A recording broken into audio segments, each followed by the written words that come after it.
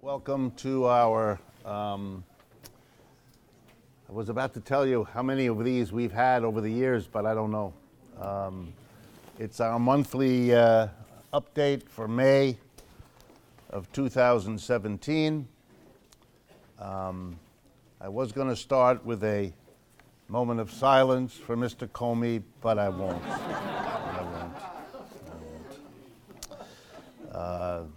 And the reason is it would set a precedent, and given the number of people he's likely to fire in the next few weeks, it would make it impossible to run these things.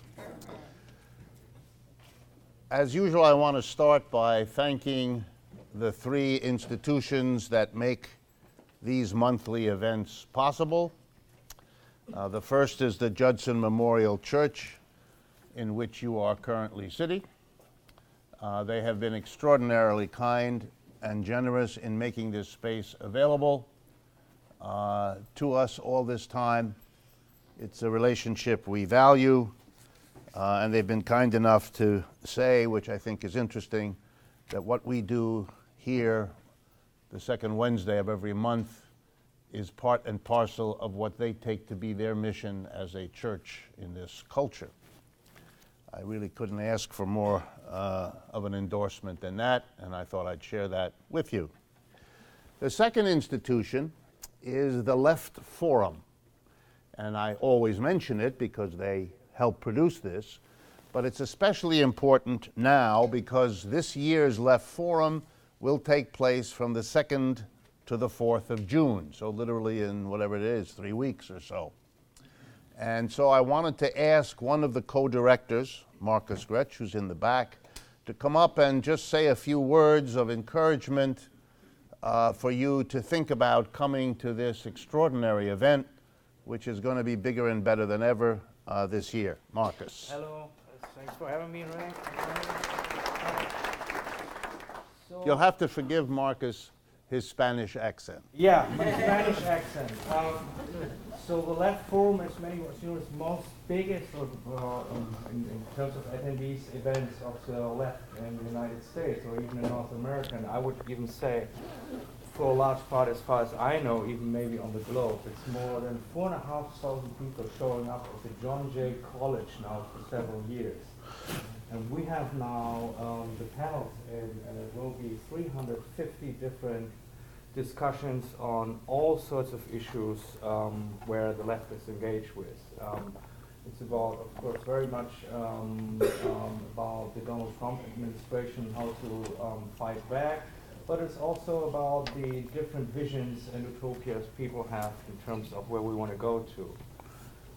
The key events will be on Friday night, where we talk about the challenges of state repression, both like police brutality, for example, but also things where Jeremy Scalo, for example, would talk about the drone wars, which are being heavily used now more by the U.S. administration in the Middle East, but also in other places around the world. And we will have Linda Sarsour speaking about how Muslims, for example, are being attacked by the current government and other people here in this country. On Saturday, there's a big event where people from Standing Rock and also from the women's movement will reflect on the resistance from their point of view and try to bring all those different issues together and, maybe discuss the possibility of a more unified force against the different forms of oppression we all basically witness each day. So Madonna Thunderhawk, for example, will show up, and Chase Iron Eyes, that's leaders from the indigenous movement. We will have Titi Batarakia, who will talk with Cynthia Rousseff, excuse me my language here, about the women's strike and the women's struggle, which not only happened in the last couple of months, but I mean, it's a history, and there's still a long way to go, as we know, because most women still even don't have any equal pay. And then on Sunday, Rick Wolff will be together with people who supported the Bernie Sanders movement and also other people to talk about the beyond capitalism question. So at least to give us all an idea about where we could go next. Throughout the conference, there will be several meetings, also spontaneous meetings, not only these workshops and panels which are being proposed, but I heard there will be some more meetings about the question of developing a new formation or a new organization.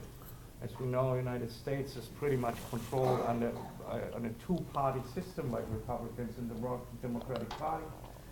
And many people are discussing since several years now about the opportunity and maybe the necessity to do something different. And I've been told they will do so at the Left Forum. You can all engage in this. You can participate in those discussions. We usually tell our panel organizers that they should not, like I am doing right now, just give some lectures. They should engage you in that whole discussion they are doing, right? So that's actually the thing. Another form to participate is to volunteer, to help us. We need 200 people on site to guide people from A to B, but also to help maybe already in the office. I mean, as you can imagine, to get 4,500 people to the John Jay College in a city like New York, where you almost get, I don't know, every third second or something, a new thing popping up where they wanted to invite you to. It's a pretty hard task. I mean, you might think that with social media it gets all easier to get actually to some people, but actually it's almost the opposite. It's way different to organize these days than it used to be maybe 10 years ago. So I would be happy if you all if you attend. Go to www.leftforum.org to find out about the whole program, which I will put up soon, and where you can register, where you can also register to volunteer on site or visit us in our office. That's near the Empire State Building, or give us a phone call. You find the telephone number on the website as well. Thank you very much. Could I have hands again if you have an empty seat next to you, because we've got some folks who are looking to find a place to sit, and it would be kind if you would help them locate an empty chair. Okay, so could you put your hand up if you have a chair that's not occupied near you? Okay. Anyone still looking for a chair? Okay, we've got some. This is about the 5th month in a row when we are outrunning our chairs, and so we're going to have to try to figure out a larger space. But I hope you share with me that that's a nice problem for this sort of activity to have. Okay, and the third organization that brings this to you, the organization that I work with, is called Democracy at Work. You can see our logos and banners and all the rest down here in front of me and on the wall behind me. And at the very end of tonight's talk, before we adjourn at 9, one of the local people in the New York City chapter, we now have in about 15 cities across the United States, Democracy at Work chapters doing things just like this that we're doing here all across the country. These are people activated by the kinds of things we do. It's wonderful for us to see this emerging, and it's a sign of people not only getting clear in their minds about what's going on, but becoming able to commit to make something change in the world, and that's been a long time coming in the United States. So those are the three organizations, and I want also to recognize tonight's sponsors. We have asked for, and I'm asking now again, if anyone who is seeing this on YouTube or in any other way, or anyone in this room is interested in sponsoring and helping to pay the costs of doing all of this, we welcome sponsorships. And tonight's session is sponsored by Brad and Barbara Markley, who describe themselves as a working-class couple from Lehighton, Pennsylvania. So I wanted to thank Brad and Barbara.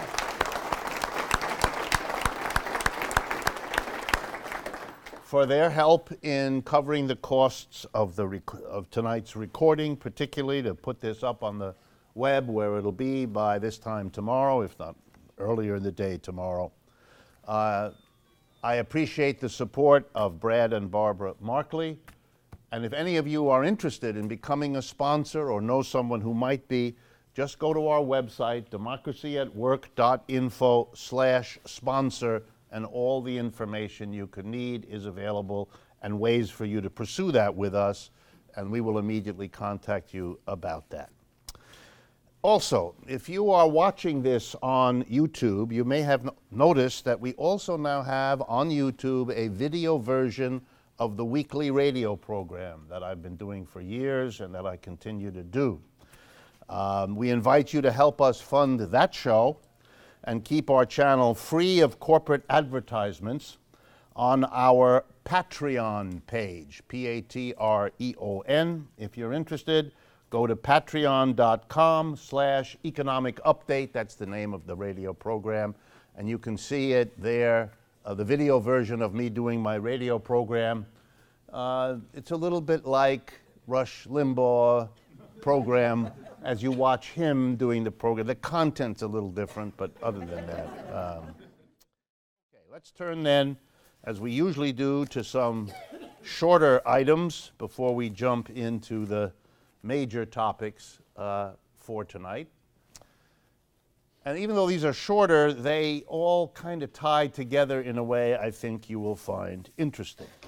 So I'll begin with the Wells Fargo Bank. I always like, if I can manage a way to do it, to pick one of the large corporations in our society and beat them up. Figuratively, of course. It gives me enormous satisfaction, and I suspect from your faces that it's not so bad for you either, especially since it's me who's doing it, so you can enjoy it, not much risk at your end. And I don't mind the risk. At my point in my life, I can enjoy it. So here's what Wells Fargo has achieved. It's one of the largest banks in the world, one of the largest banks here in the United States. But they've been having hard times for the last 6 to 12 months because they got caught. I don't mean getting caught at money laundering or manipulating interest rates or manipulating foreign exchange. They got caught at all that too, but that's not what I'm talking about. They went one step further, or actually, as you're going to see in a moment, 2 steps further, and I don't want you to miss it.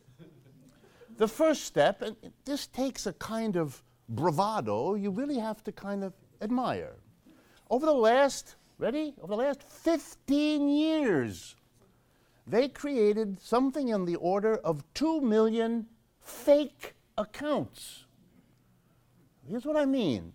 They set up an account in the name of a person who never agreed to the account, never asked for the account, never signed for the account, didn't even know they had an account until the bills started arriving for all the services on the account they didn't know they had. And poor Wells Fargo did this for years and years, involving thousands of its employees. How do we know that? Because when they got caught, they proudly said, well, we fired thousands of people for doing that.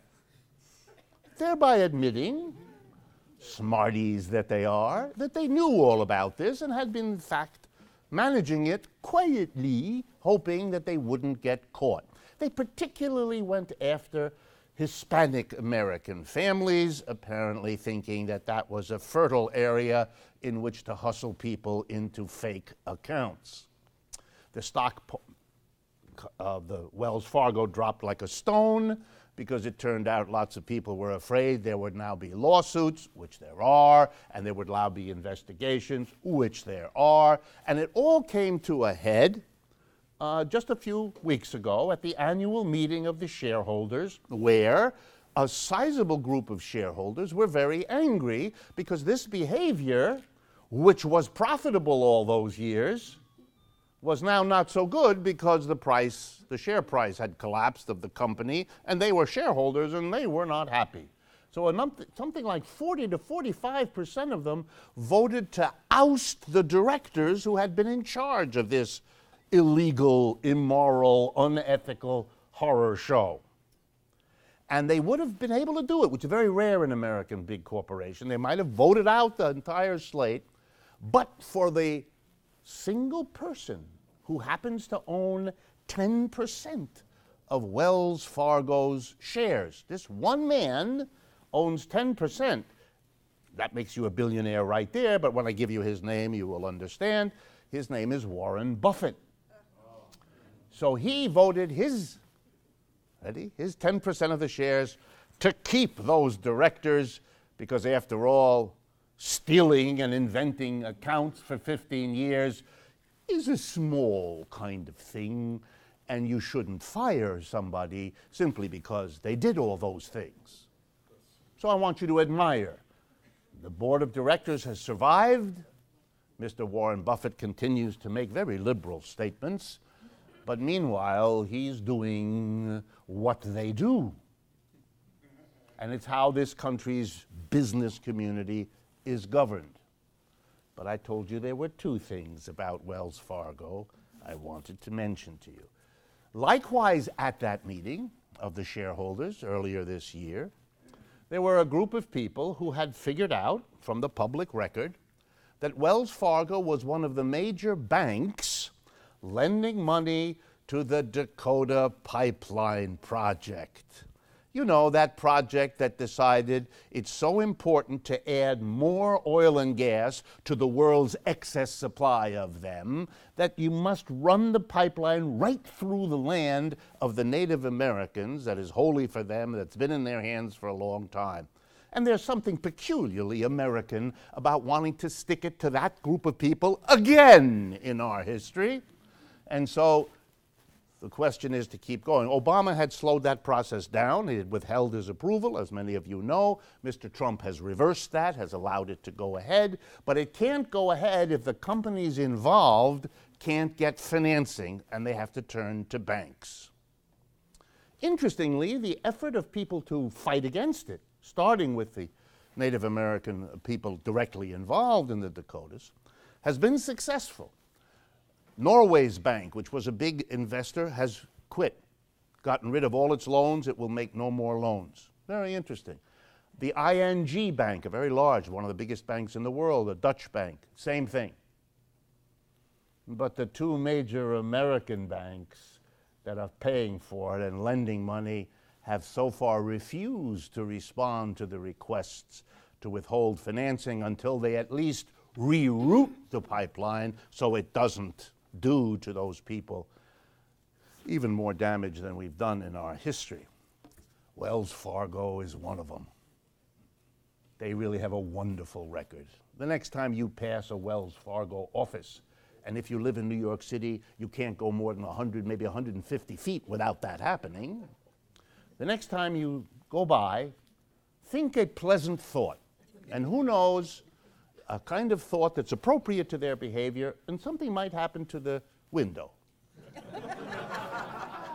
It would be coincidence, but there would be some poetic justice, which is, of course, the only kind of justice we're going to get in this situation. If you're wondering what the other big bank is, Citibank. Don't mispronounce that. Don't make this into a sh sound, because that gets you into another place, and I'm not going to go there because we're in church, you know. So I'm not going to do that. All right. So much for the Wells Fargo Corporation. While I'm on lovely issues of this sort, let me turn next to an argument that you've been hearing about, which is so amazing to me as an economist that it kind of takes my breath away, but I need to go over it with you so you are not fooled by this. I hope that most of you know, that I've read, that American corporations have been holding huge amounts of money in accounts overseas, and that's because of the tax law of the United States.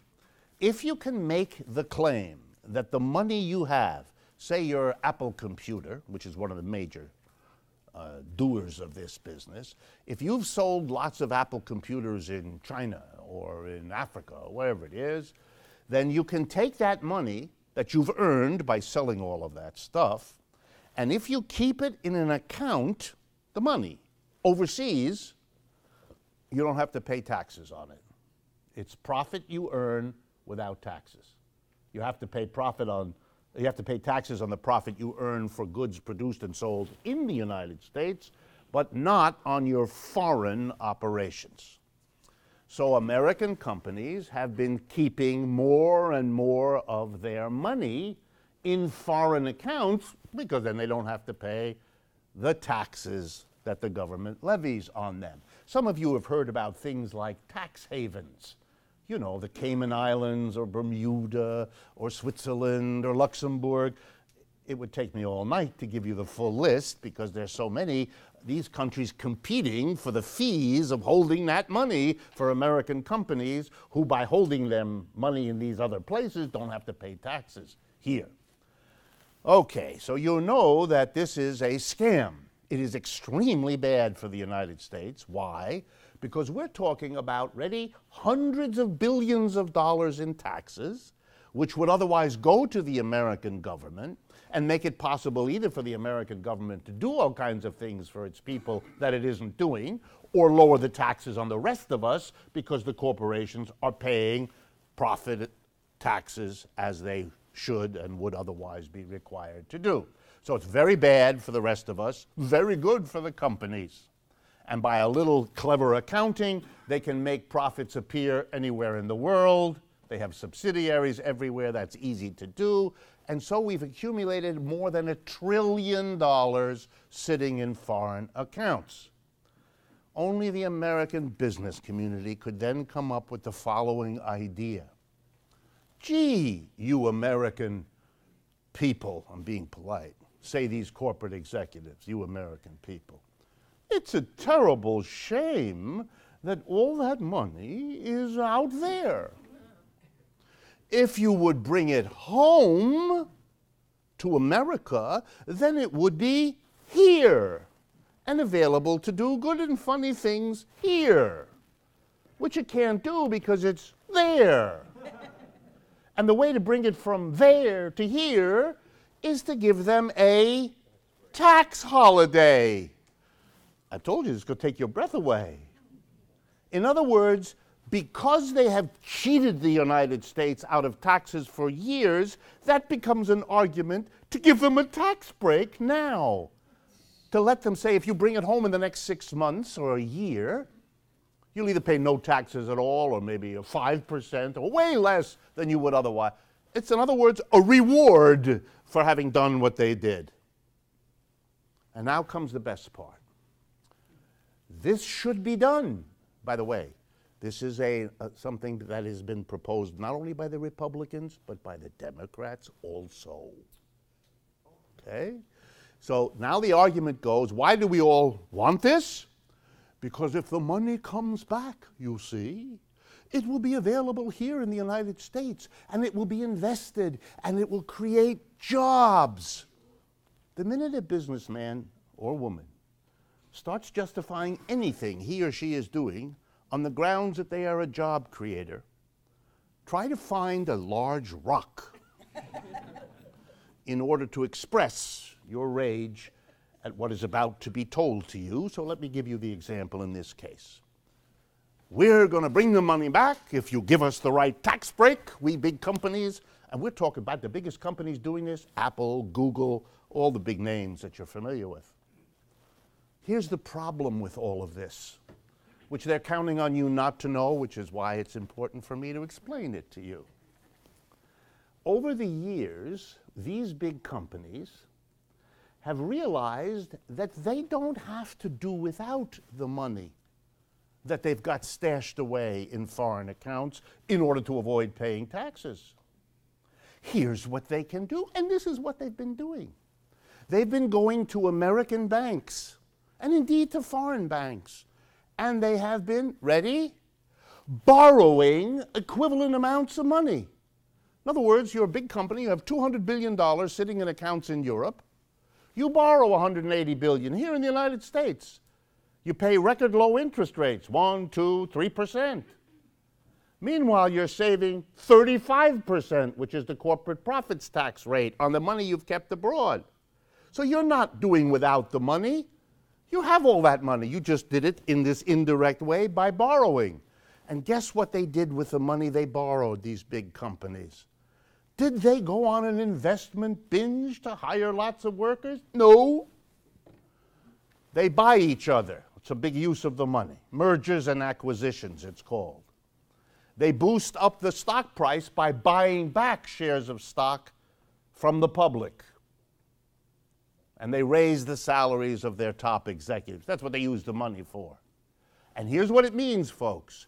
When the Republicans and the Democrats give them the tax break, the low rate to bring back the money, they'll bring back the money taking advantage of the no taxes, and they'll pay off their loans with that money. End of story. They will have made out like bandits. There are no jobs that are going to be created by that money. There isn't free money because it'll come back to pay off the loans they made in the interim while they waited. And you and I will have been ripped off for years of this hustle. And the only thing worse than the rip-off of us is their ability to present all of this as a contribution they're making to the fiscal crisis of the United States. If that doesn't take your breath away, I don't know. I can do somersaults and try to do it that way. But this is really better. It's extraordinary. And that this is repeated, this nonsense, by our corporate leaders and their politicians in their pockets just tells you how bad this system is and how far gone it is. All right, next item. Monopoly. Coming back into the American economy in a big way. That's usually a sign of decline. When companies can't quite make it by producing goods, they start eating and absorbing one another. And you see a lot of that this day. I just want to mention 3 of them that are important in American society and have become more important literally over the last few months or years, and in some cases the last few days. Sinclair, which is a company that operates television stations around the United States, just bought this last week the Tribune Company. That makes Sinclair the largest owner of local television stations across the United States. Sinclair is an extreme right-wing, politically oriented corporation. They are now going to be the major determiner of what is seen on medium and small city television screens across the United States. They made a lot of money by merging these 2 companies. You will live with the results of having one company controlling the vast majority of medium and small television. Number 2, perhaps not so well known, but the same kind of thing. The Coach leather bag company. You all know them, they're on Fifth Avenue, fancy bags. They just purchased this last week the Kate Spade Company, another high-end lady, I believe mostly for women's bags and so on. $2.5 billion merger, but that creates a mammoth monopoly in that kind of women's accessories, and that will change the dynamic. Stores will close, stores will merge, jobs will be lost as these 2 companies consolidate and make money by saving on the 2 separate institutions that are now going to be one. But here's the 3rd one, and here I want to thank Mr. Warren Buffett. He came out the last couple of weeks since we met last in April by saying that he's disappointed with his fellow billionaires for pushing so hard on Mr. Trump and the Republicans to lower the corporate income tax rate. It's currently technically at 35%. Very few companies actually pay that rate, but the official rate is 35%, and the proposal of Trump and the GOP is to reduce it to 15%, which, by the way, is a hefty reduction by anyone's arithmetic. And Mr. Buffett says, this is crazy. And here's the argument he gives. He says 30 years ago, corporate taxes amounted to 4% of the total value of goods and services produced in the United States, what we call the GDP. So corporate taxes were 4%. He says today, corporate taxes are 2% of the GDP. In other words, the real portion of our production that the corporations have to pay in tax is half what it was 30 years ago. That's a hefty tax cut they've already enjoyed. This is the way it is before any of these cuts proposed by Mr. Trump and the GOP get voted on. Then Mr. Buffett does a very interesting thing. He says, that's not the real problem for the United States. He says the real problem for American business, listen to him, is the absurd cost of health care. Oh, how does he explain that? He says, well, 30 years ago, the total cost of the health care of the United States, that's 4 industries: doctors, hospitals, the producers of drugs and medical devices, and the medical insurance companies. Those are the 4 industries which, if you put them together, could be called, and I would urge you to do that, the medical industrial complex. It's the analogy to Dwight Eisenhower's military industrial complex. We have a medical industry. Those 4 industries work out very nicely with one another, which is why we end up paying what? 25 years ago, 5% of the GDP of America went for health care. Today, 17%. So whereas the tax burden dropped by half, the cost for medical care went up 4 times. Wow. Why is Mr. Warren Buffett worried? He says because United States companies have to compete with the rest of the world, and the American companies are spending a fortune paying for the hospitals and the doctors and the drugs and the medical devices and the insurance. It's hurting business. He's angry as a businessman that one group of companies has a stranglehold on something everybody else has to pay for. That's what a monopoly is. It's a company that gets a stranglehold on something. It's the only provider, and so we all have to pay whatever they want. That's where the medical profession is. That's where it's gotten itself to. It's very important. It's a monopolized industry, which is why it gets an outsized amount of money. The United States spends more on these 4 industries, the healthcare industries, than any other industrial country. No other country comes close to spending what we do. And the medical outcomes in the United States are mediocre. Our longevity, the length of life that Americans have, is about in the middle. It's not the best, not the worst, it's in the middle. What happens to young children in the first year of life, the illnesses they have, the length of time in the hospital, all of those kinds of issues, we're medium. Now, folks, if what you're getting is a medium-level product, but you're paying more than anybody else in the world for that stuff, you'd know something is wrong.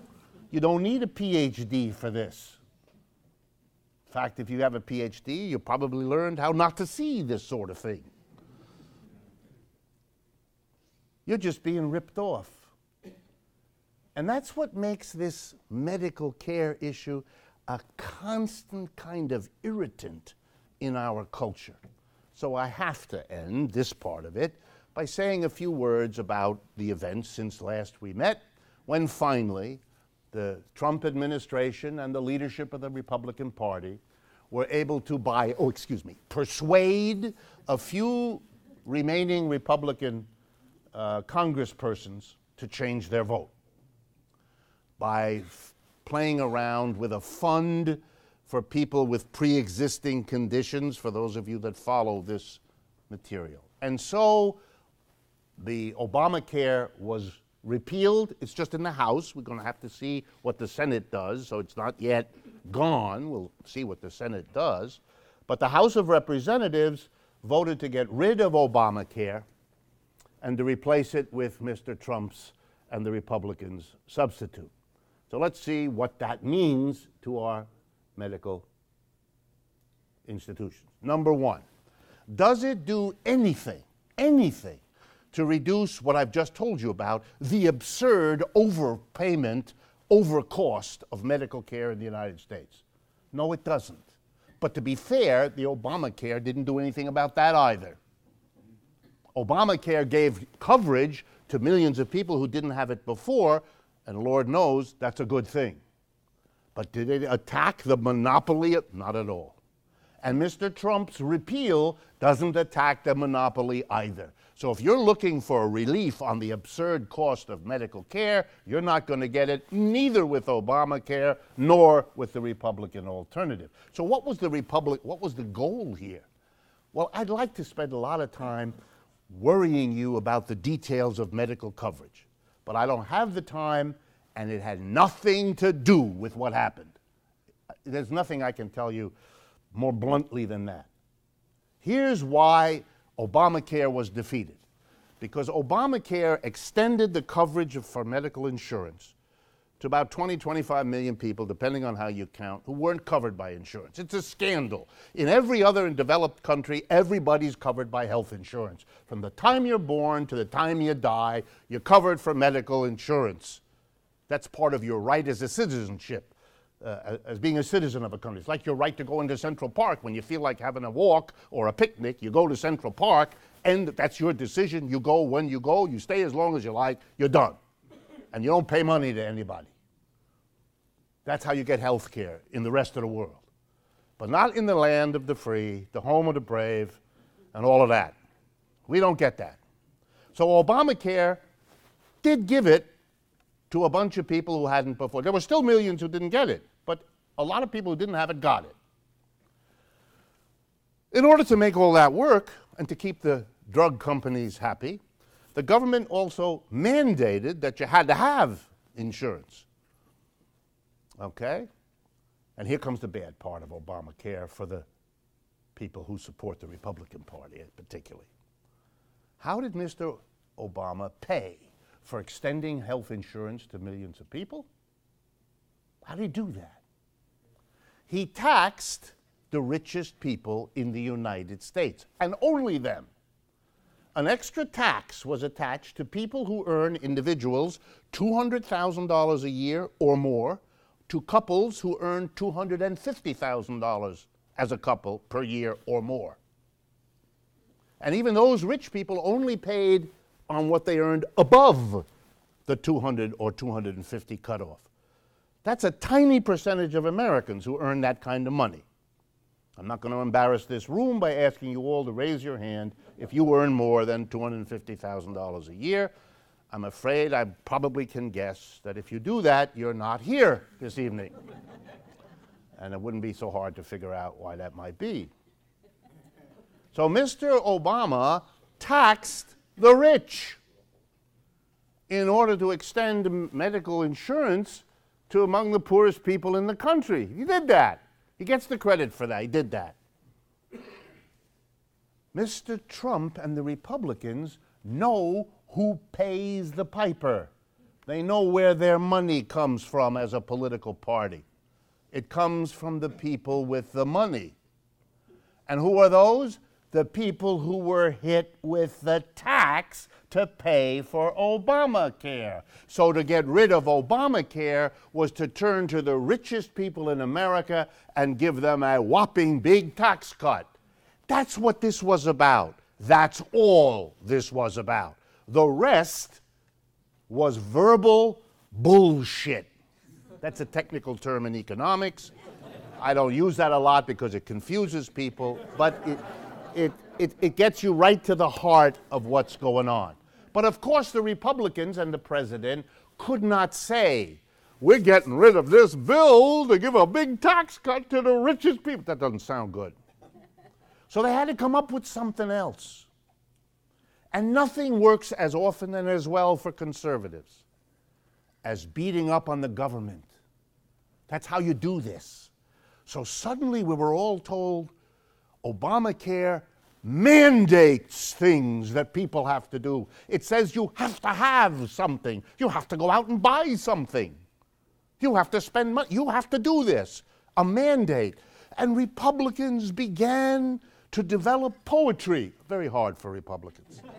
And the poetry was, the government is overreaching. The government is telling us what to do. The government is mandating. Can you imagine? Then there's people like me who go, what?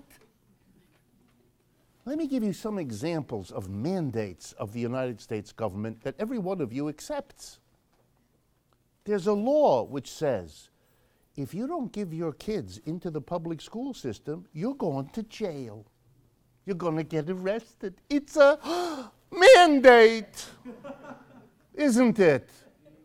You want to drive a car? You're going to buy car insurance, because if you drive the car without it, we're going to arrest you. If you have a little business and you make some money, you're going to pay taxes. That's a mandate. So the notion, we shouldn't have a mandate. We're surrounded by mandates. There's a mandate that if you cross the street, but not at the corner, but in the middle, the police can arrest you. You must do it at the corner. You know what that's called? A mandate. The stupidity of this would never be possible if you hadn't trained the people to think that the government is going to do something bad, and I'm going to vote with the Republicans so the government can't come in here. It's like what we saw a few years ago when there were old people marching around. Remember that? Saying, government, keep your hands off of our Medicare. Because those people didn't know that Medicare was a government program. They didn't know. The government was portrayed as evil. So we have this discussion of the terrible government coming in and doing something to us. It's extraordinary. It's also lunacy. And what it does, though, it's a lunacy that obscures what's going on. We gave a tax cut to the richest Americans. That's what this was about. It had to be hidden as all kinds of other junk about mandates and government overreach and independence and American values. That's another stunner. Family values. The same people who voted down Obamacare talk endlessly about family values. Clearly, it will help a family hang together by not having medical insurance. Clearly helps families to work real well. By worsening the inequality in our society, by cutting taxes for the richest people. That's a big help to families, too. The hypocrisy, the lying here, it's not as spectacular as firing Mr. Comey, but almost. Almost. While we're on the subject of taxes, another one. The Republicans and Mr. Trump have now announced that they're going to eliminate the estate tax. Oh, I've got to tell you about the estate tax. What is the estate tax? Let's remember. The estate tax says that when you die, you can't take all of it with you. In other words, you leave wealth behind. And that wealth, before it is passed to your heirs, your children, or whoever you want to give your wealth to, is required to pay a federal estate tax. You're taxed on the value of what you leave to the next generation when you die. But the federal estate tax has been whittled down by rich people over the years. So today, here's how it works. The first, this is going to come as an enormous relief to many of you. The first $5.5 million that you leave is exempt.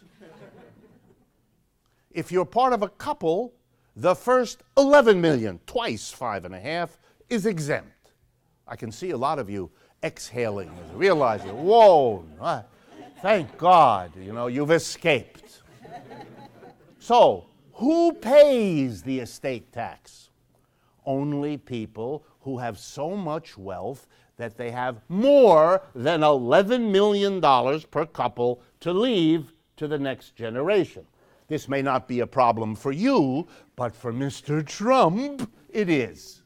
And for Mr. Warren Buffett, it is. Well then, let's do the arithmetic. What is the average percentage that people who actually have an estate that's over $11 million, by the way, last year there were 5,000 of those. Let's be clear now. In America, the population is 325 million people, and we had 5,000 estates that had to pay federal tax. So you were talking about the richest of the richest of the richest. The average rate they had to pay, 17%. Okay, let's review. If you're rich, the first 11 million you leave, that's the power of words. The first 11 million you don't pay any estate tax on. On the remaining millions or billions, you get to keep 83%, you pay 17% to the government. That is what they're proposing to eliminate, so that the 5,000 richest people in the country, millionaires all, don't have to pay 17% of what they leave. The federal government earned last year $23 billion on this estate tax on the rich. That's $23 billion less the federal government will have to give loans to students, to take care of the old folks, to maintain the roads. And why are we going to do that? So that the richest people in the country will become even richer than they were before. If only I had the time, I would stop and start singing the Star-Spangled Banana so that you could all enjoy what kind of a society you live in. And all of this is presented how? By the Republicans. Could they go around and say, and by the way, many Democrats go along with this. I don't mean to suggest it's all that big a difference. And I'm going to come to that in a minute.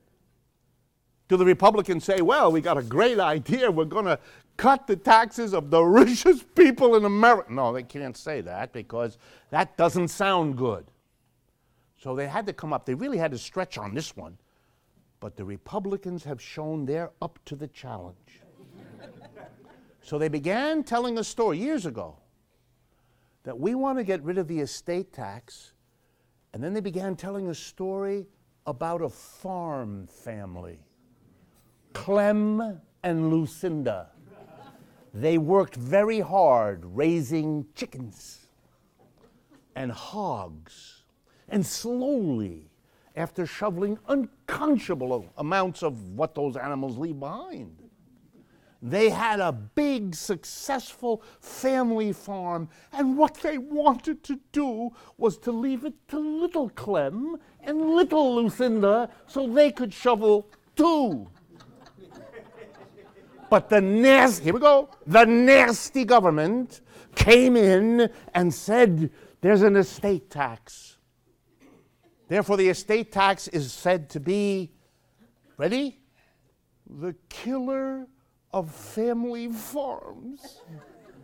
And who would want to kill a family farm? It's like stepping on a baby or something. Nobody in their right mind would want to do that. So I checked how many family farms were in the 5,000 estates that paid federal income tax last year. And there's a number. The federal government told me. 50. 50 out of 5,000 were family farms. They made that whole stuff up. They made it up because it flies in this country. They made it up in the same glib confidence of being able to get away with it that enabled the President of the United States to say that he fired the head of the FBI because he didn't handle his opponent's email investigation correctly. Huh? What? You have to be very far gone to find all of this as reasonable as the media do. All right, next. France, and what happened there and what it means. France is the second or third largest economy in Europe, a very important part of the world economy, but very particularly important in Europe. So what happens there politically and economically is relevant really to the whole capitalist system, but certainly to Europe. France has a presidential system, and in their system, all the different parties put up a candidate for president if they wish. There were, I believe, 11 of them at the first tour, it's called, the first time. All 11 run, and the two candidates with the most votes, top two vote getters, then have a runoff a few weeks, 2-3 weeks later. And that runoff was last Sunday. Okay? So in the first round, there were 5 parties that did pretty well. And the other 6 got very small votes, so I'm going to concentrate on the 5. One of them was the traditional center-right party, the conservative, the party of Sarkozy and the recent leaders that are sort of like your conventional Republican and Democrat. This man's name was François Fillon, F-I-L-L-O-N. And he was scheduled to do real well and perhaps be the next president of France for 2 reasons. One, his logical opponent, the head of a socialist party. France has a socialist party, which, as I'm going to tell you in a couple of minutes, is kind of like our Democratic Party, but it's called socialist because in France there's a long history of the Socialist Party. And the Socialist Party had the presidency, a man named François Hollande. Okay?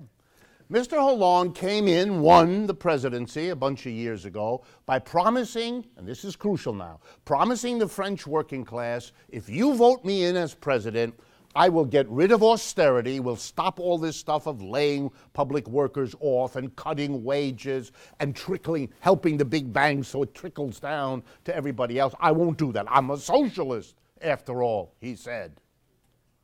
And so I'm going to help the economy revive by building from below, helping the people at the bottom and building the economy back up. That way, vote for me, and the French voted for him overwhelmingly. The Socialist Party not only won the presidency, they became the majority party in the French Senate and the majority party in the French National Assembly. They controlled everything, sort of the way the Republicans and Trump now do here. As soon as he was elected, Mr. Hollande caved in on everything, reversed himself, basically became another austerity administrator, making the French people hate his guts and all other parts of him too. He had popularity levels that would rival those of Mr. Bush in his worst moments, Mr. Trump, where he's rushing to now. We'll get to that shortly too. Like 9% of the people thought he was doing a good job, and the other people wished him a speedy death. The French people were so angry at him that he didn't even run for re-election, which would normally have been his behavior. He quit. He didn't run. So Mr. Fillon, the Republican to Mr. Hollande's Democrat, the kind of mainline establishment, slightly to the right, but very namby-pamby in the middle. Mr. Fillon was thought to be a shoo-in. Nobody could challenge him. The socialists were out of favor. The further left people, no one took seriously. There was this crazy lady on the right, a woman named Marine Le Pen, who has a party that believes, I kid you not, that she's going to make France great again. It's an attractive slogan. It must be because people like her and him like it. And she hates immigrants. Oh boy, is she against immigrants. She wants to do things to immigrants I can't even tell you about. It's beyond building a wall. So she hates immigrants, and she's going to make France great again. Exactly how she's going to deal with this, nobody knows, and she doesn't say. But they didn't take her seriously either. Mr. Fillon was to be the elected official. Then Mr. Fillon made a mistake. Or to be more accurate, he got caught. He had been a preacher of austerity, that the way France was going to come back and be an important economy was by tightening its belt. Everybody has to sacrifice. Everybody has to do with a little less income. Everybody has to do with a bit fewer in government services. Everybody has to do with a little bit less. And then the poor slob got caught having created no-show jobs for his wife and both his children to the tune of €1 million. That's more than $1 million a year that he, as a government official, was shoveling to his family while preaching austerity to everybody else. This hurt his popularity badly. So he went from Mr. Number One to who? And he came in third, which meant he was out of the running. What about the Socialist Party? Completely collapsed. The Socialist Party is so detested in France that it went from the number one party to this time, nothing. They had fielded a candidate, Mr. Hamon, and he came in with a roaring 6% of the vote.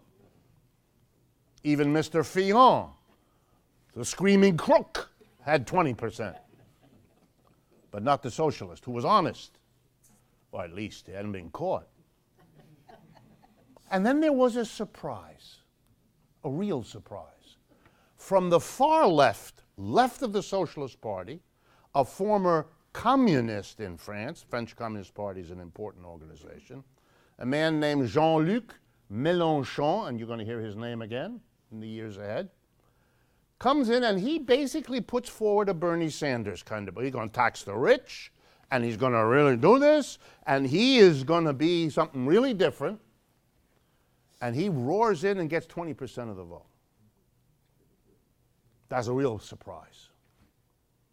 Okay, so the two top winners, a guy who worked with Mr. Hollande, the hated socialist. His Minister of Economics was a man named Emmanuel Macron, which is close to the French word macaroon.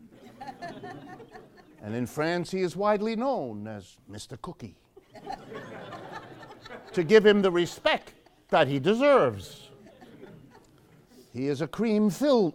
This is dangerous where I'm going here, so I will leave. So Mr. Macron is the new president because he defeated Marine Le Pen. They came in first and second. Le Pen got about a third of the votes. Mr. Macron got 2/3 of the votes, so he's the president. He's never held political office before. He has no political party because he was in the Socialist Party, but when the popularity of the Socialist Party went down, he left. He was a man of courage, you got to understand, a man with principles of a kind of, this way, with these sort of principles. He knows what his principles are because of the way his finger feels when the wind hits it. While he was the Minister of Economics for Mr. Hollande, Mr. Macron was famous for one thing. He wanted to bring flexibility to the labor market. That's another one of those phrases, go look for that rock. Flexibility means making it easier for employers to fire you. The French working class, like much of the European working class, worked 100 years throughout the 20th century to get a whole raft of protections. You can't fire someone in France the way you can in this country. You have to have reasons. The fired worker can go to court. You have to come forward with a whole network of reasons, and if your reasons are no good, they will reinstate you, and you will be paid a penalty as well as your back pay. And there have to be very good reasons. There's protections for workers. I know that's hard here in America to get that idea across, but in other parts of the world, they have that. You know, running water, toilets, and protections for workers. They had that in France. He wants to get rid of that. He wants to make flexibility. He wants to lay off all these extra government workers. It's more austerity, folks. Now let's do some numbers. I added up all the people that are eligible to vote in France. I counted them. And I asked myself, what percentage of the eligible voters did Mr. Macaroon get? The answer is 43%. Half the people who voted for him left the polls and explained to the journalists, I wasn't voting for Mr. Cookie, I was voting against Marine Le Pen because she's a fascist. That's what they said. So if you ask, what percentage of the French voters were actually interested in Mr. Cookie? And the answer is very few. They don't know him real well, he's never run for anything before, and he's associated with those socialists who betrayed everything they stood for. These are not good recommendations. Mr. Macaroon, therefore, has a real big fat problem. Nobody likes him, and he's just starting out. Nobody wants the policies he's already committed to. Half the French working class, enraged by the decline in their standard of living, are now voting for Marine Le Pen. They've decided the bad thing that's happened to them is those damn immigrants that have been let into the country, so they're going to fix France by kicking them out. And they're going to make France great again by celebrating French culture. More foie gras. 3 times a day. They're going to develop a new breakfast cereal. Poor geese, poor ducks. I don't know if you know how that's done, but you don't want to know if you don't know, so I won't tell you. It's a disaster what's happening in France. The other part of the working class, however, gives us some hope, because the other part of the working class didn't go for the socialists. They were betrayed by the socialists. They went for further left. They went for Mr. Mélenchon. He got about 20% of the vote. That's not much less than Ms. Le Pen got. And in fact, if you put Mr. Mélenchon's vote together with the little bit that are left in the Socialist Party, that together becomes 27% of the vote, and that's more than Mrs. Le Pen got. The newspapers here are full of the struggle against the right wing by pretending that there is no left wing, but there is one, and it voted, and it's in the millions in France that it voted. What's happening in France is a split of the country, and that's why I'm talking about it, because it's not so different from here. One side goes to the right, that's Mr. Trump, and one side goes to the left, that's Mr. Sanders. Yes, it's not exactly the same, but you can see how different people looking at a system that isn't working for them, that makes the future look even grimmer than the present, and they're saying, I'm not voting for the traditional Bush and Clinton. They don't look good. They're like Fillon, even if they haven't been caught yet doing the same thing. And this leads to a final point about this. Socialism. Few words on socialism because it is changing, and it's changing very fast. And we need to understand that because it's going to be impacting here too. Socialism begins as the other, the alternative to capitalism. Socialism is the name slowly developed in the 19th century and into the 20th for people who looked at capitalism, the system we have, and said, "Pew, we can do better than that." They thought that the way to do that was to take private enterprises and make them government enterprises so that they would work for all of us, like the government should make it work. That they wouldn't be enterprises making profits for the few who owned them. They would be enterprises doing well for everybody because the government owned and operated them for everyone, sort of like the government operates the Central Park or the beach or the other things that are done for us as a community. That was the old idea. And to make it work even better, they weren't going to let the old socialists, they weren't going to let the market decide who gets what. If there were scarce ice cream cones, they weren't enough to go around to all the children, they wouldn't in the end be sold to that kid who could offer the most money for the ice cream cone. You oughtn't to give the ice cream cone to the person with the most money, especially since you never ask how they got that money. That there are better ways to distribute ice cream cones than giving it to the one with the most money. How about giving it to the one who hasn't had an ice cream cone for 6 weeks, rather than the one who had 6 yesterday? Well, there's all the standards for how you distribute. And the old socialist idea was, well, we should distribute according to people's needs and not according to how much money they collected. So we shouldn't distribute by the market, we should distribute by government planning that distributed according to the need. So the old socialist idea was the government would take over production, family farms and factories and stores and all that, and that the government would plan the distribution. Capitalism was private enterprise and markets, and socialism was public enterprise and government planning. Okay? That led to what? It led to 2 kinds of things. Number one, it led to revolutions against capitalism, successful ones in Russia, in China, in Cuba, in Vietnam, in lots of places. And so they set up those socialists, what they thought they were supposed to do. The government took over the enterprises, and they planned the distribution rather than private enterprise and markets. And they achieved some things, but they paid a heavy price. The heavy price was a concentration of power in the hands of the government that proved to be unworkable, undesirable.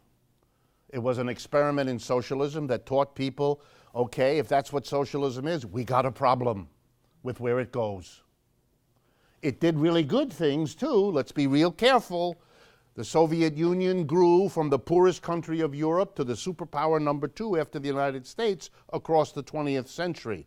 No mean achievement that no other country ever did, with one exception. There's one other country that has grown as fast as the Soviet Union over an equal period of time, and that country is the People's Republic of China, which does suggest something that if you want to go from being poor to rich, the way history suggests you ought to do it is to do what the Russians and the Chinese did. Let's all pretend I didn't say what I just said. That's how you be a good American. You pretend you didn't hear what I just said and you don't know nothing about it. That's the reality. So it achieved something, but it paid a very heavy price. And the price is so heavy that the Soviet Union couldn't even survive its own failures. Despite its achievements, it couldn't survive the concentration of power. And the Chinese are very similar in what's happening there. Cubans are a little bit different because they've recognized the problem and they've decided that the future of Cuba isn't government enterprise and planning. It's a transformation of the enterprise. The issue, it turns out, for the Cubans isn't whether you're private or public. The question is, are you a top-down, undemocratic, dictatorial enterprise, or are you a worker co-op? And the Cubans are deciding to go in the direction of co-ops and have become one of the few countries in the world that's made a real commitment to it, which we will see how that works out. The other thing that happened to socialism in countries like France and Western Europe was that they stopped being about an alternative system of any kind.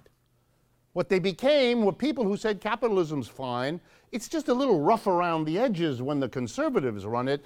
Give us the vote and we'll make it a nice, softer capitalism. You know, it'll stick it to you at the workplace, but it'll give you free schools. It'll stick it to you at the workplace, but you'll have national health insurance. We will create a safety net. We will take care of people while we work you to death, which is better than being in a country which works you to death and doesn't take care of you along the way either. And socialists became people who believed in capitalism with a human face. That's what happened in France. The trouble is, capitalism, for reasons I'm going to end today with, capitalism is not letting that play out. Capitalism in the countries of Western Europe and North America and Japan can't afford socialism anymore. That's why the socialist parties are disappearing. It can't provide a human face. It can't provide free schools. It can't provide free health care. It can't do it. And it isn't going to do it. Well, let's be careful. I don't want to be misunderstood. Do we have the resources to do it? Of course we do. But the way this society works, those who have the wealth are determined, almost like lemmings rushing off the end of the pier to their own doom, to accumulate more and more. That's why even the richest ones, like Warren Buffett, are saying, stop with this craziness. Don't cut corporate taxes. The government needs to do a bunch of things. It's almost as though the richest of the rich are looking around and screaming at their fellow rich people, don't kill the goose that lays the golden egg. We are rich because this capitalism provides a certain basic something for the mass of people, and if we don't do that, that mass of people will eat us up. We better give up part of what we have, or else we'll lose it all. Very old problem. But they're deaf. They don't hear. They don't hear the left. They don't hear Mr. Warren Buffett, their own man. They can't. They're on a drive that has no limit. We don't want an estate tax. We don't want a corporate tax. We don't want you to take care of uninsured men. It's craziness. But it's the craziness of people who can't see beyond what they've been trained to do all their make money. Make more money. Use your money to make more money. And let the chips fall where they may. And the chips are falling, and they're being lit by sparks, and we're in deep, deep, I'll use another technical term, doo-doo. Why? And here's the closing for today. Why are we in deep doo-doo? And here I want to give credit, I don't do this as often as I should, to a brilliant writer. His name is Stephen Roach, R-O-A-C-H. I don't know if any of you have heard of him. Former chairman of Morgan Stanley Bank of Asia, the firm's chief economist, currently a senior fellow at Yale University's Jackson Institute of Global Affairs, as well as senior lecturer at Yale's School of Management. I can tell you it's stunning that I recommend him because I have a long history with Yale University, and people like him are very rare at Yale University. Most of what goes on there has the gravitas, the depth of insight of a very, very, very thin pizza. So in any case, he's the exception. He's the exception, and I want to recognize him. He works on something called Project Syndicate. If you ever want to look at it, it's all available on the internet, www.project-syndicate. Does wonderful analytical work. And so his recent work is called A World Turned Inside Out. And this explains why socialism is having the history it has and why we are in the dilemma that we're in. Basically, he says, over the last 20 years, everything has changed. A world turned inside out. And he drives the point home as follows. Over the last 20 years, the developed capitalist world, Western Europe, North America, Japan, has been growing at roughly 2.5% a year, the production of goods and services.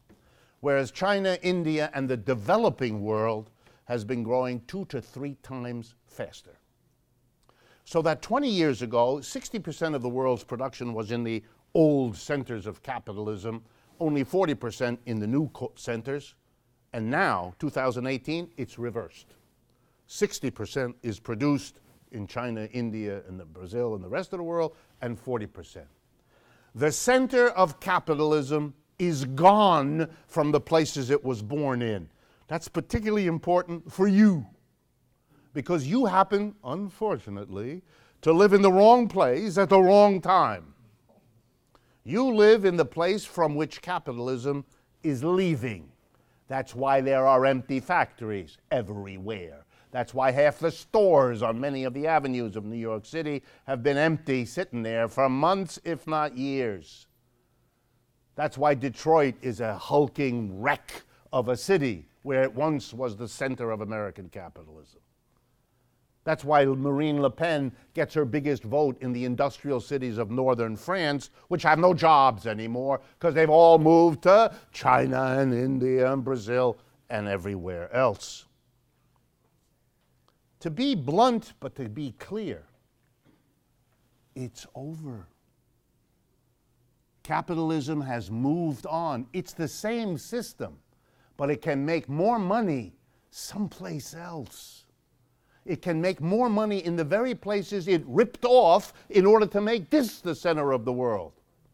Asia, Africa, Latin America, ripped off so that the people have nothing, are used to low standards of living, would be grateful for any job, no matter what you pay them, way less than you have to pay an American. So the corporations are making their decisions. To use a technical term, screw the Americans, or the French, or the Germans, or the Italians, or the Japanese. We're going to China. We're going to Vietnam. We're going to Indonesia. We're going to Brazil. We're going where the labor is cheap. And that's where the wages are growing. Let me give you just one statistic. Over the last 15 years, wages have been stagnant in the United States. They've gone up 6 times in China. Let me do that again. You understand? Imagine if I were looking at you and I told you that your wages had gone up 6 times in the last 15 years. You'd jump up out of your chairs and run off to the mall to spend some of it, because you haven't been able to.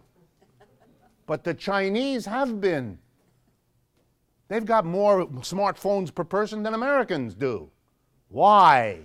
Because they can afford it. That's where capitalism is exploding. We are where capitalism, and there's no nice way to say this, is dying. And with it go all the creature comforts. What was once affordable, nobody wants to afford it. The rich are making out like bandits because they're the ones who are paying the low wages over there. They're making the big profits.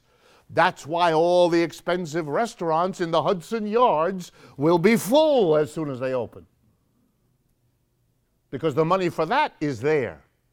But for the mass of people to have that American dream, the car, the home, the college education, that's over.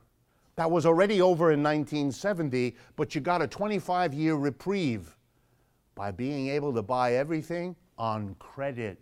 But you've run out of the ability. You can't borrow anymore because you haven't got the wages to ever pay it back, and everybody knows. Just like Leonard Cohen's song, everybody knows. Listen to that song again, because it's in there.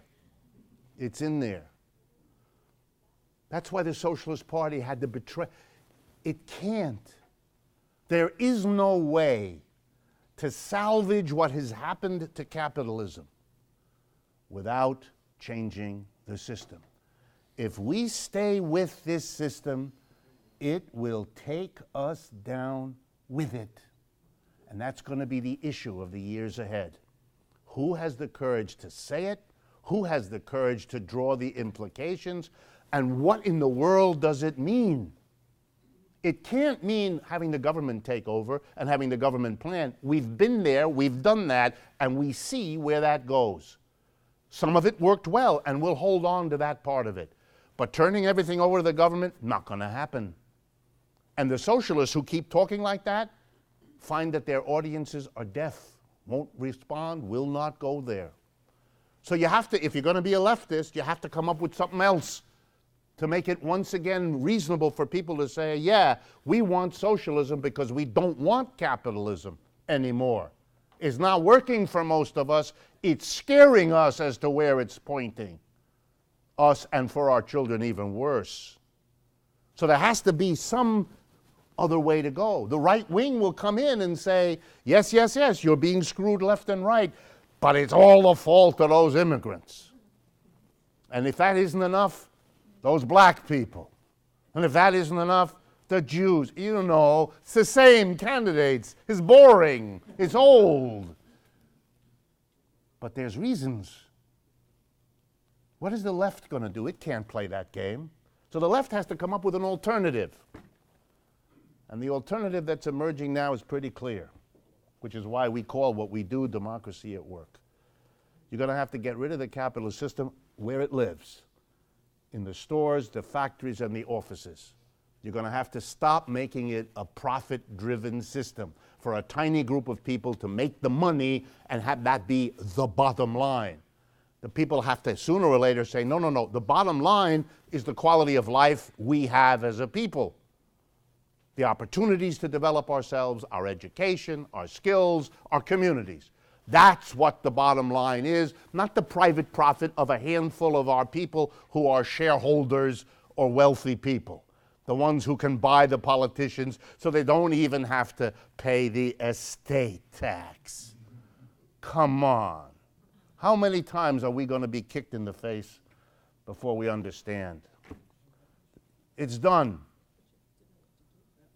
Every system, I know you've heard me say this before, every system, slavery, feudalism, ancient tribal structure, every system the world has seen was born, evolved and changed over time, and then it died. That's why we don't have massive slave plantations anymore. That's why we don't have feudal manners anymore. Capitalism is just another system.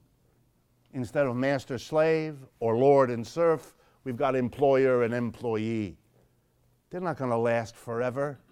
They've had 300 years. It's enough. And they're not doing real well for us. I can understand our brothers and sisters in China and India who want their shot at the wealth we once had. Maybe they'll stay with it. But for the West, for Japan, Western Europe, North America, you know what our future is? It's Detroit and Camden and Cleveland and Lille, and I could go on and on. The people of Detroit watched that city turn into disaster over 40 years, from 1970 to 2010. The president couldn't do anything, the governor couldn't do anything, the mayors couldn't, they all watched it dissolve. So don't tell me that Americans are not capable of standing there watching themselves dissolve as a society. And it is not going to be pretty. In a country that celebrates the cowboy, that wants to be able to have a gun in every pocket, in every store and church and school, how this plays itself out ought to scare the pants off of you. It scares the hell out of me. When systems reach this kind of point, where the mass of people cannot stand them, where the only people who benefit from them are a small minority, you are creating an explosive situation. I don't know what the spark will be. No one does. Just like no one knew in the summer of 2011 that if a bunch of people set up pup tents in Zuccotti Park, it would become a global movement called Occupy. If they had asked you, those folks, what do you think about me putting up some tents in a park? You would have thought they were a little nutty. And you would have said, go ahead and do it, and then you would have gone on and had another drink. But we would have been wrong, those of us who thought that, because there was something going on, boom. And Bernie Sanders is something else going on, boom. There's more booms coming. They may not be as calm as those were. We may look back on those as quiet dress rehearsals for much bigger stuff. I don't mean to leave you with a sense of gloom and doom. So if it's too much, just remember, I'm only once a month. Television is forever. Thank you very much. I do have one announcement, as I promised. The New York chapter, Alan Schulman here, give him please 2 minutes of your time to hear about what was being done here in New York, so that if you're interested in participating, you can talk to Alan or some of the others from the group that are here. Thanks, Rick.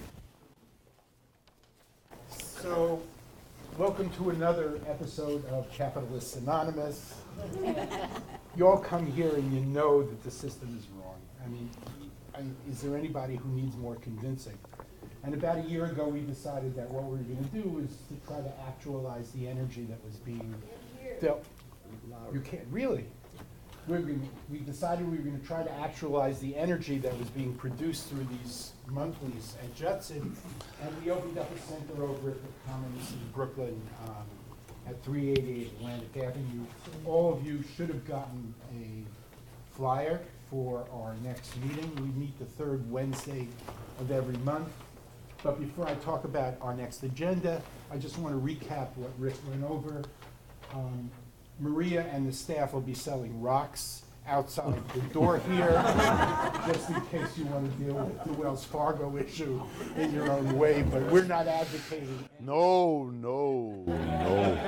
All we want you to do with the rock is stroke it gently. And tomorrow when you wake up and you have children at home and you want to explain the world to them, explain to them that the president of France is now called Mr. Cookie. And see what goes. We've grown over the last year. What we designed the center out in Brooklyn to do would be to catch two kinds of folks. Folks who were convinced that while the struggle against the inequities that we're all fighting against at the moment are real, that we had to be for something. And that what we were for was looking at the worker-owner co-ops that were springing up around New York and around the United States, and in fact the world, as not just good utopian experiments in proletarian socialism and democracy, but actually the building blocks toward an alternative economy. And it's starting to play itself out. And if you look at your flyer, what we're, Sean Abbott Clapter and the young people of Syllabus, which is the first teenage, privately owned worker-owner co-op in New York and maybe even in the United States. It's a silkscreen printing co-op that was developed out of a high school, out of a social studies department in a high school in the Bronx, and is now located at the Point in a neighborhood community organization in the Bronx. And this is really like another building block. And the young people from Syllabus are going to be there, and Sean Abbott Clapter, and a guy named Omar Freyelia, who was the founding director of green worker cooperatives in the Bronx, and they're doing phenomenal stuff. We also are sponsoring 3 different workshops at the Left Forum, and I don't know if Marcus is still here, but I think it's really important for you to understand that our effort is not simply to talk about worker-owner co-ops, but our effort really is to look at the institutions that have been representing progressive people for a while. And in this case, one of the workshops is going to deal with the relationship between the new economy and the Black liberation movement and the Black working class. I think Skirmahorn, who's here, put that one together. One of the workshops is going to deal with how do we deal with unions in an age of union retreat and an age of automation? How do we deal with worker organization in this thing? And the third, and Rick is going to be on that panel, is literally a look at the worker-owner co-ops that exist not just in New York, but in the United States and around the world, and take a serious look at them in terms of whether these things are really sustainable and the building blocks for something new. And that workshop's going to have Rebecca Lurie, who is the director of the worker-owner co-op program over at the Murphy Institute of CUNY, Pablo Benson Silva, who is the director and outreach coordinator for NICNOC, the New York City Coalition of Worker-Owner Cooperatives, and Sean Abbott Clapter and the students and young people from Syllabus will be in that workshop. So we want to invite all of you to go to the Left Forum this year, if we expect it to be. But more important, we want to invite you next Wednesday out to the Commons. We're growing, but we're only growing because the people who are coming to our meetings want to do something. And while we don't have a really well-developed program yet, what we are doing is reaching out both into the co-op world, but also into the public education world. Our children are just not being prepared for the future in any real sense, and we've got to start to look at how the social studies community is really doing with that. And we have a political action group that's starting to look at electoral politics and who the candidates we can support who are advocating a different alternative economy. So I just wanted to invite you all out to the Commons next Wednesday. We start our meetings at 7 o'clock. We have the best hors d'oeuvres in Brooklyn. And once again, I want to thank Rick for another session. Rick Wolff.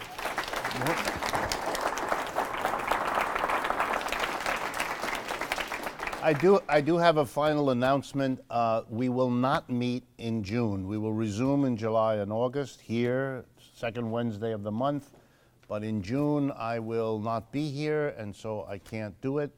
But I thought you might be interested. I will be in Frankfurt, Germany, where there is an international conference of people who want to make fundamental social change in Europe and who have decided that the way to do that is to build on an idea that actually began here, the idea of sanctuary cities. Here it began with the idea of a sanctuary, a place where immigrants who had problems with their legal status would be safe and could not be picked up off the street in the way that the ICE agents are doing. But in Europe, it has a much bigger meaning. It's the idea of the left, and you can see the news thinking that the federal governments are corrupted all over Europe. The top. That's not where the left should contest. That's not where the left is strong. The left ought to work at the level of the town, the village, and the city. It should become a sanctuary not just for the immigrants hounded by a system that has no place for them and wants to demonize and scapegoat them, but that the city should be the place where people can begin to gather and make the changes, political and otherwise, kind of under the radar. Let the federal political games play. Meanwhile, in each city, there is the development of real alternatives of cities that are sanctuaries politically, economically, and not just for immigrants. And it's a very interesting initiative, part of the left slowly groping as to how it can become a force that can shape what happens next as this capitalism disintegrates. So I will be going with great interest, and I hope when I come back in July and we meet to give you a report about what happens at this conference and how successful it is. We will try to send notices to remind you that we will not meet in June. I hope I see you again the second Wednesday of July.